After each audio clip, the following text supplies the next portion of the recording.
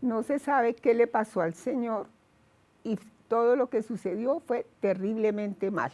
Yo recuerdo que él era una persona muy normal. Vivía en Albán, una casa familiar como cualquier otra, bastante confortable. Lo que se dice del señor es que él era muy amable. Y es que no sé, había una carga muy pesada, no sé cómo explicarlo. Una carga como melancolía en el ambiente. Aparte de esto, las calles estaban muy solas. Pasaba, la poca gente que pasaba iba tan deprisa para sus casas que se sentía un ambiente solo, pesado, como no se sentía bien. Estábamos un día preparando nuestro almuerzo. Escuchamos que alguien golpea la puerta. Pensamos que era algo normal porque el vecino de al lado normalmente se equivocaba de casa. Entonces mi hermano me dijo que me tranquilizara. Pasamos a golpear a donde la vecina y finalmente ella con una cara de asombro nos dice que él no había llegado.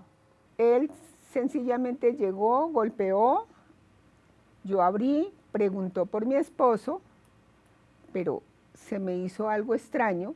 En esa tarde, después, un poco más de noche, cuando nos íbamos a sentar a cenar, estaba haciendo bastante frío, recuerdo.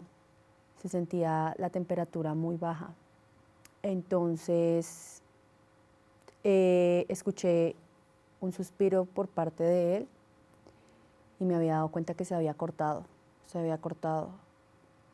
Y me dijo que se iba a ir a limpiar.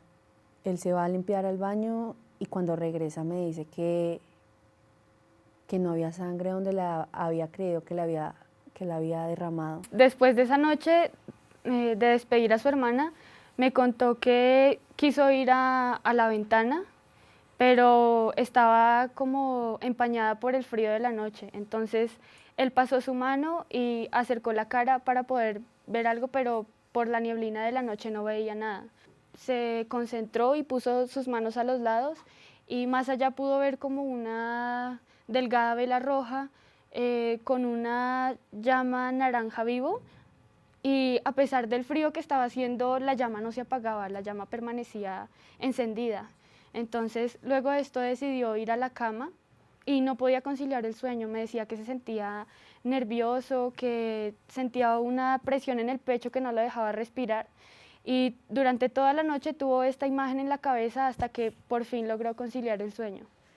Cuando él agarró a mi compañera de la mano, había escuchado que él se había despertado algo sediento, asustado, nervioso. Él se despertó, miró a su alrededor y vio un reloj que estaba colgado en la pared. Marcaban las 2:50. Cuando se levantó, decidió ir a la cocina, pero su cuerpo estaba muy débil.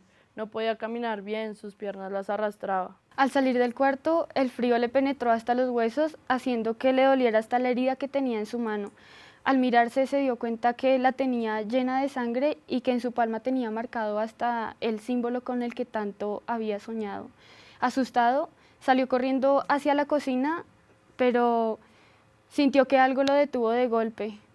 Además, me comentó que una voz grave y horrible llenó todo el pasillo. Había dicho su nombre. Esa noche eran las 3:30 de la mañana. Me asomé a la ventana y escuché un ruido y al mismo tiempo vi una luz anaranjada. Volví a la alcoba a ver a mi esposo cuando de pronto sentí un ruido bastante fuerte y enseguida llamé a mi vecino para ver qué le sucedía.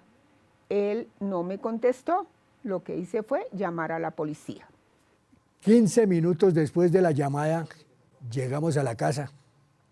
Los gritos eran desgarradores. Golpeamos y nadie abrió. Decidimos entrar. En la sala se encontraba un hombre lleno de marcas, totalmente ensangrentado. Sus pies los cubría una manta blanca y él era el que gritaba. Su voz no era natural. Se escuchaban muchas voces. Lo único que vi fue sencillamente a 2 policías que salían bastante pálidos y asustados. Al final tuvimos que llamar a un cura, no sabíamos qué hacer, no lo podíamos sacar, su piel ardía. Después de que el cura entró, los gritos cesaron un poco, pero al salir el cura, lleno de sudor y sangre, no dijo una sola palabra. Miramos su cuerpo alrededor y estaba marcado, como una especie de tatuajes. Después de verlo, me cogió de una mano y me dijo con un suave hilo de voz lo poco que le había ocurrido esta noche. Y me recalcó muy efusivamente que tuviera cuidado porque estos volverían. Que estos 7 regresaban.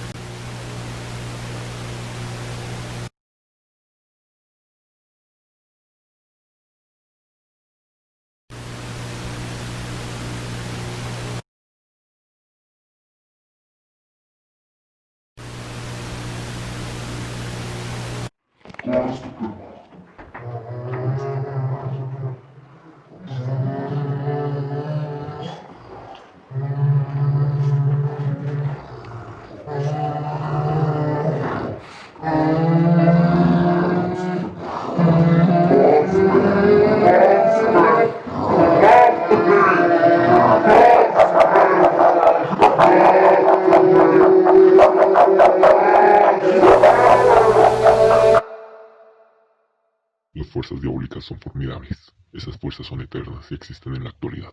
El cuento de hadas es real. El diablo existe. Dios existe. Y para todos nosotros, los humanos, nuestro destino depende a quien deseamos seguir. Ed Warren.